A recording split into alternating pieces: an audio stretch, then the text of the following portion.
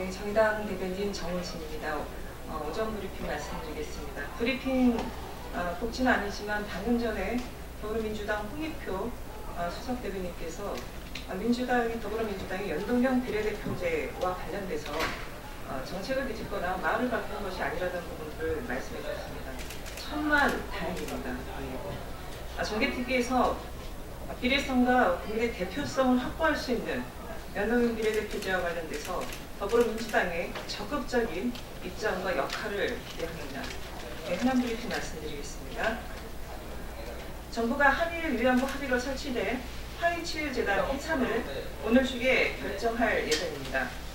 사실상 위안부 합의를 무력화하는 것으로 정부가 국민의 편에서 국익을 위한 외교의 원칙의 기본 중의 기본을 오늘 재확인한다는 점에서 무척이나 환영하는 바입니다. 재단 해산을 요구하며 1인 릴레이 시위 등 갖은 노력을 전개해온 피해자 할머니들과 국민의 승리입니다. 재단 해산은 다시 말씀드리겠습니다. 재단 해산은 역사적 해를 청산하고 피해자의 아픔을 진정으로 어루만지는 출발점이 되어야 합니다. 한일 위안부 합의는 박근혜 정부와 아베 신조 정부의 야합의 산물로 그 이상도 그 이하도 아닙니다. 최종적이고 불가역적으로 위안부 문제를 10억 엔으로 해결하겠다는 일본 정부의 발상은 전쟁 범죄의 2차 가해나 다름없습니다. 국민자주심은 물론 피해자 할머니들의 인권을 짓밟은 졸속 합의는 치욕스럽기까지 합니다. 그런 점에서 졸속 합의를 지킬 수 없다면서도 일본에 재협상 요구를 하지 않겠다는 정부의 입장은 우려스럽습니다. 정부 간의 합의를 파기하는데 부담이 적지 않을 것이지만 사과도 배상도 없이 애초 정당성을 얻지 못했던 합의는 재검토하는 것이 마땅합니다. 또한 졸속 합의의 추진과 관련해 주요 관련자들에게도 엄중한 책임을 물어야 할 것입니다. 이런 외교적 수치가 재발하지 않도록 반드시 책임을 물어야 합니다. 정부 부담을 이유로 국민에게 껍데기만 남은 합의를 계속 강요한다면 그것이야말로 외교 참사입니다. 일본 정부가 진심으로 피해 할머니들께 사죄하고 법적 책임을 명확히 인정하는 데서 합의는 다시 시작되어야 합니다. 사죄 없는 불가역적 해법은 있을 수도 없고 있어서는 안 될 것입니다. 정의당은 위안부 합의의 원점 재검토에 앞장서고 피해자 할머니들의 인권 회복을 위한 후속 조치 마련에 힘쓸 것을 약속드립니다. 다음 현안 말씀드리겠습니다. 국제노동기구 핵심협약 규정과 관련해 경제사회노동위원회 산하 노사관계 제도관행 개선위원회가 공익위원회 안을 발표했습니다. 공익위원회 만장일치에 권고하는 결사 자유 및 단결권, 단체 교섭권과 관련된 공무원 교사의 노조 결성, 해고자 노조 가입, 특수고용직 노조 설립, 노조 전임자 급여 지급 등 27년간 이뤄졌던 핵심 협약 비준의 내용을 담고 있습니다. 이제 국제사회로부터 비판받아온 노동 후진국이라는 오명을 벗을 첫 단추가 끼어졌다는 점에서 환영합니다. 특히 대한민국이 세계 경제 10위라는 위상과 달리 노조를 상생의 파트너가 아닌 와해시켜야 할 대상으로 인식하는 후진적 발상 등으로 이러저러한 핑계 때문에 27년간 제자리에 멈춰 있었습니다.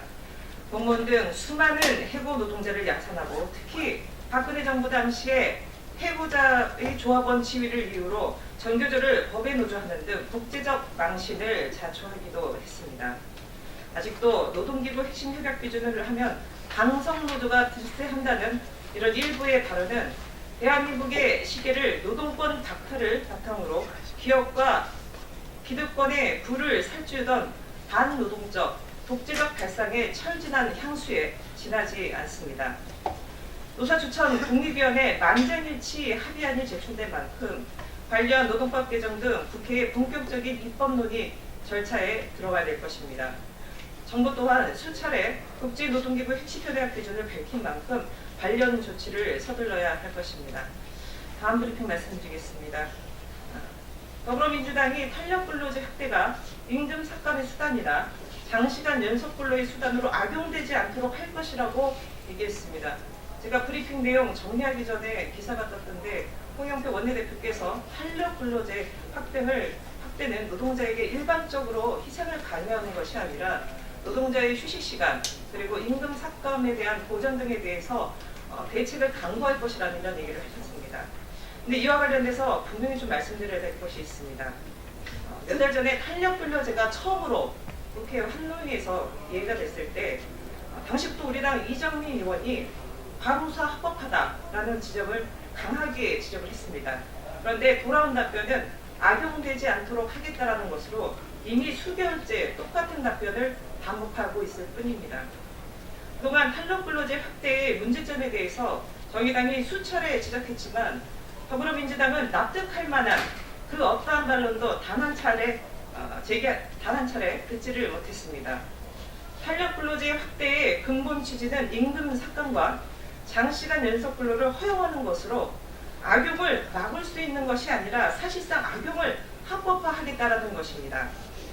집권 여당이 탄력 근로제 확대의 본질을 모른 채 밀어붙이고 있다면 이는 무지요, 무식이요, 무능일 것이고 알고서도 이를 강행하겠다라고 한다면 이것은 국민 기만의 극치이자 사기일 뿐입니다. 사람은 고무줄이 아닙니다. 심지어 고무줄도 늘렸다 줄였다를 반복하고 나면 고무줄이 늘어져서 제 기능을 하지 못합니다.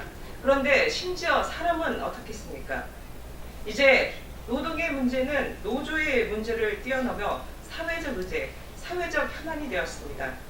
특히 양대 노총이 노조의 울타리를 뛰어넘어 노동권의 사각지대에 있는 노동자들의 권리를 지키겠다고 나서는 것은 박수받아야 될 일이지 비판받아야 될 일이 결코 아닙니다. 대의 없이 사회적 대퇴합은 있을 수가 없습니다. 협치를 강조하는 집권여당 더불어민주당은 노동 존중, 사회 양극화 해소를 거스르는 탄력 근로제 확대를 중단하고 노동자들에 대한 얄팍한 정치 공세 또한 중단하시길 촉구합니다. 이상 상황 브리핑 마치겠습니다.